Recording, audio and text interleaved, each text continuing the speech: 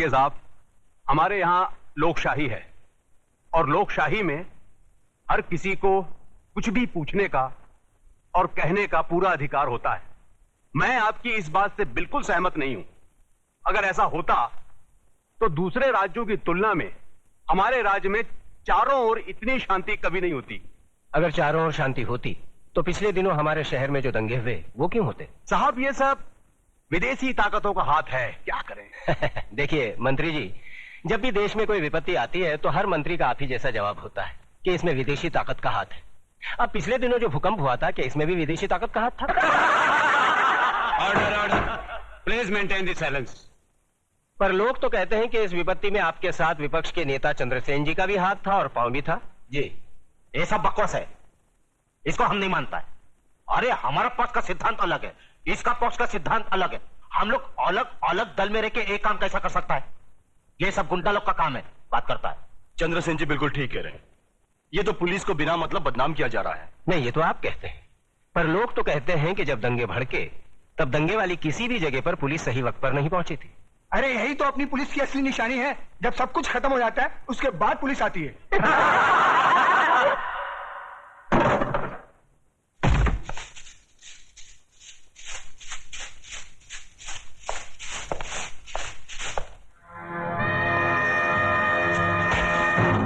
यही तो रोना है कि लोग हमें गलत समझते हैं, हमारी योजनाएं लोगों की समझ में नहीं आती।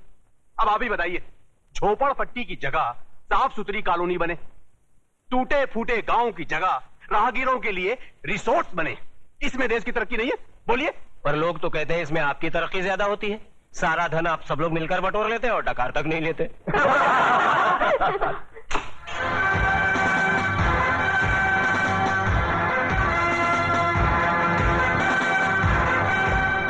नेताजी और पुलिस वाले ने तो अपनी सफाई पेश कर दी।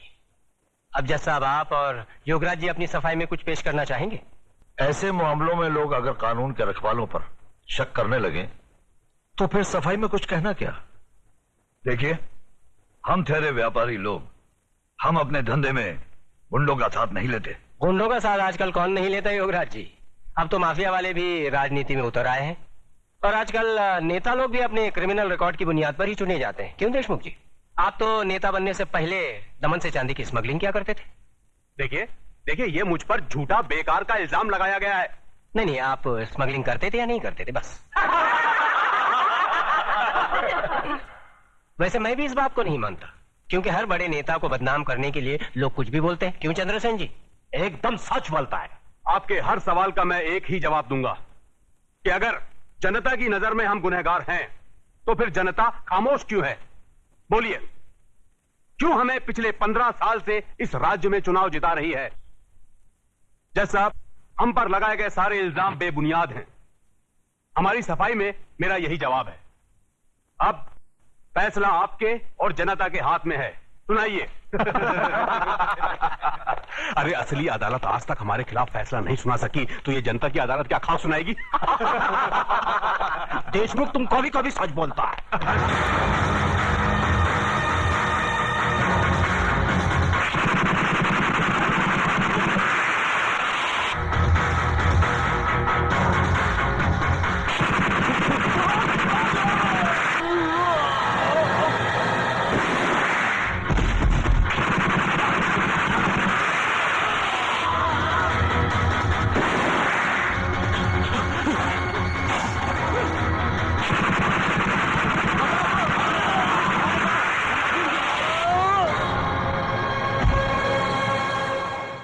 तुम्हें अपनी सफाई में कुछ कहना है? क्या कहना? जो करना था कर दिया, जो किया वो सोच समझ कर किया। अब कहना आपको है। फैसला सुना दीजिए, मुझे मंजूर है।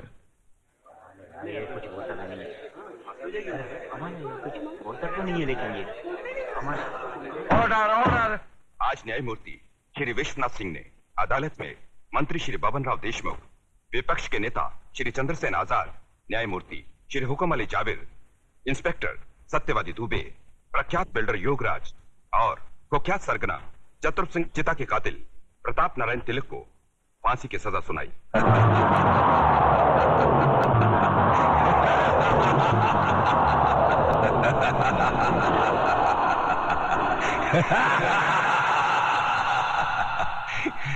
जिंदा आदमी के खून के इल्जाम में फांसी की सजा। देखा पकिया, हमें तो माता के आशीर्वाद और बुलेट प्रूफ जैकेट ने बचा लिया, मगर वो हराम का कानून की मौत नहीं, चतुर सिंह चिता की दी हुई मौत से मरेगा। पता करो कौन से जेल में है।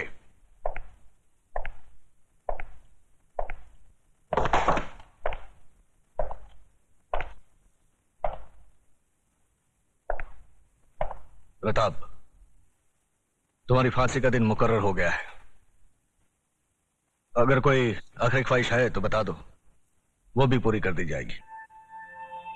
यहां ऐसे घुटन सी होती है। मैं इन चार दीवारियों में मरना नहीं चाहता। मुझे वहीं फांसी दे दो, क्रांति मैदान में, सबके सामने, जहां से इस देश में क्रांति की शुरुआत हुई थी। यहां ऐसे मरो तो जरा ज्यादा मरो, इतना सा मरने से क्या फायदा। सर, प्रताप से कोई मिलने आया है, मिलने दो।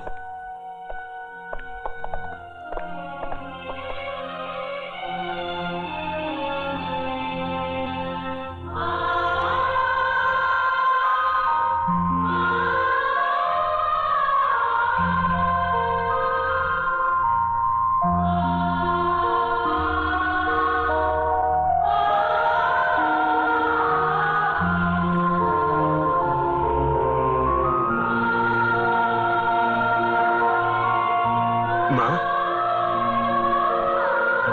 अरे बूढ़ी हो गई, बूढ़ी रो काहे को, रो काहे को रही तू? नहीं रे, ये तो खुशी के आंसू है। सोचा था जिंदगी भर तेरा मुंह नहीं देखूंगी, लेकिन तेरे बारे में अखबार में पढ़ा तो रहा नहीं गया मुझसे, और मैं चली आई अपने बेटे के पास। कैसा है रे तू? बेटा, आज तूने तिलक खानदान के नाम पर सचमुच यश का तिलक लगा दिया। मैं खुश हूँ, बहुत खुश हूँ। अब तो भगवान से यही प्रार्थना करूंगी कि तुझे जन्मों जन्म मेरा ही बेटा बना कर। नहीं मां, अगले जन्म में किसी मंदिर या मस्जिद की ईंट बनकर जिंदगी भर वहां रोता रहूंगा। इस जिंदगी का रोना मेरा बाकी है।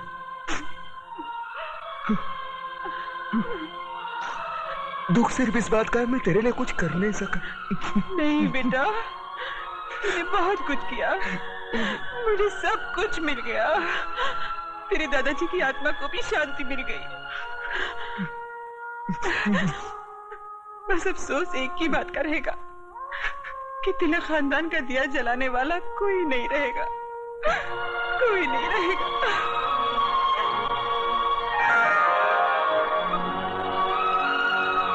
ये देख, अपनी बहू के लिए रखे थे, लेकिन अब तो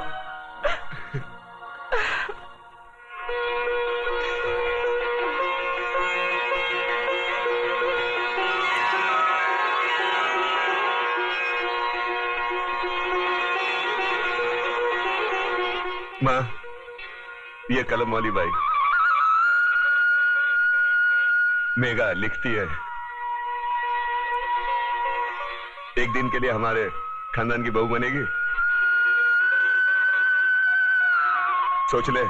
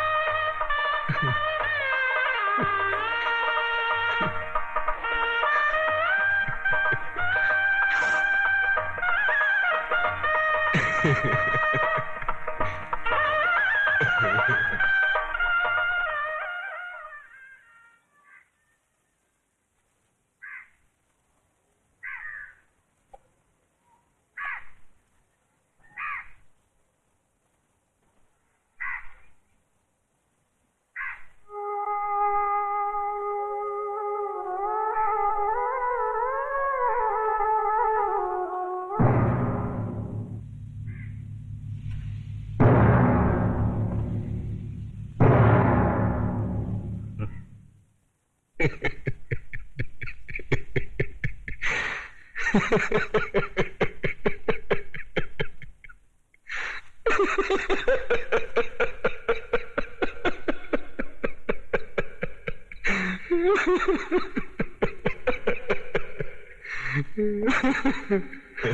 गए मेरी मौत का तमाशा देखने। अब मुझे लटका देंगे, जुबान ऐसी बाहर आएगी, आंखें बाहर आएगी, थोड़ी देर लटकता रहूंगा, फिर ये मेरा भाई मुझे नीचे उतार देगा, फिर आप चर्चा करते घर चले जाओगे, खाना खाओगे, सो जाओगे।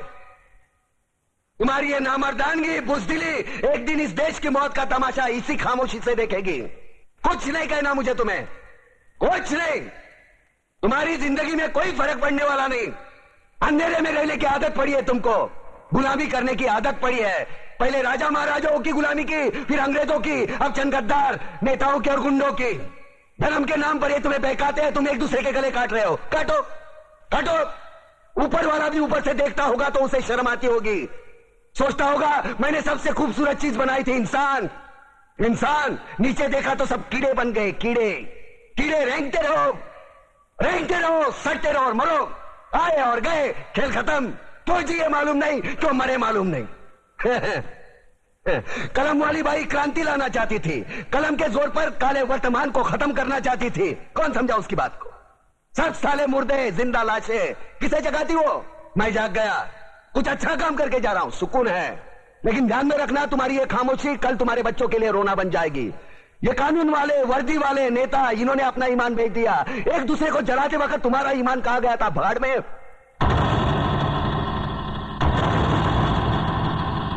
ये पिस्सू जैसा हमारा पड़ोसी मुल्क आने वाले कल में शायद अपने आप को दुनिया के नक्शे पर देख नहीं पाएगा। एक बात भूल रहा है, उनके घर में जो रोटी बनती है ना, उसका आटा भी विदेशी चक्की से पीस के आता है। साले अपने खुद के देश में सुई नहीं बना सकते और हमारे देश को तोड़ने का सपना देखते हैं। वो ये सपना देख सकते हैं क्योंकि उन्हें मालूम है ये मुर्दों का देश है। वतन के लिए किसी को कोई हमदर्दी नहीं है। इसे तोड़ना बिल्कुल आसान है। मैं हिंदू, मैं मुसलमान, मैं सिख, मैं फलाना, मैं ढिमका। एक लाठी को तो कोई भी तोड़ सकता है, लेकिन लाठी के भारे को तोड़ना मुश्किल है। मैंने बचपन में पढ़ा था, स्कूल में, तीसरी में। मैं क्यों समझा रहा हूं तुमको? क्यों समझा रहा हूं? पागल हूं मैं? भूसा भरा पड़ा है मेरे दिमाग में। क्यों बातें कर रहा हूं इन पत्थरों से? हंसो हंसो, खुशियां मनाओ। क्रांति की राह पर एक और कुत्ते की मौत मरने जा रहा है, कल कोई और मरेगा। हमें क्या? हम इसी तरह जीते रहेंगे, है ना? जियो भाई जियो, जैसे चाहिए वैसे जियो। मैं हिजड़े की जिंदगी जीना नहीं चाहता। ए ला, चल चल ला।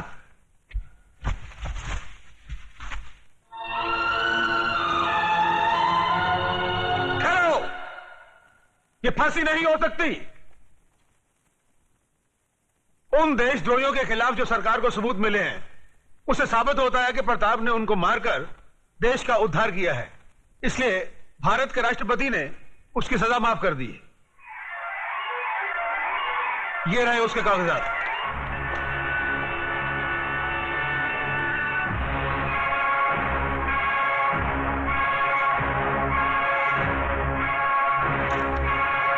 रोक दीजिए ये फांसी।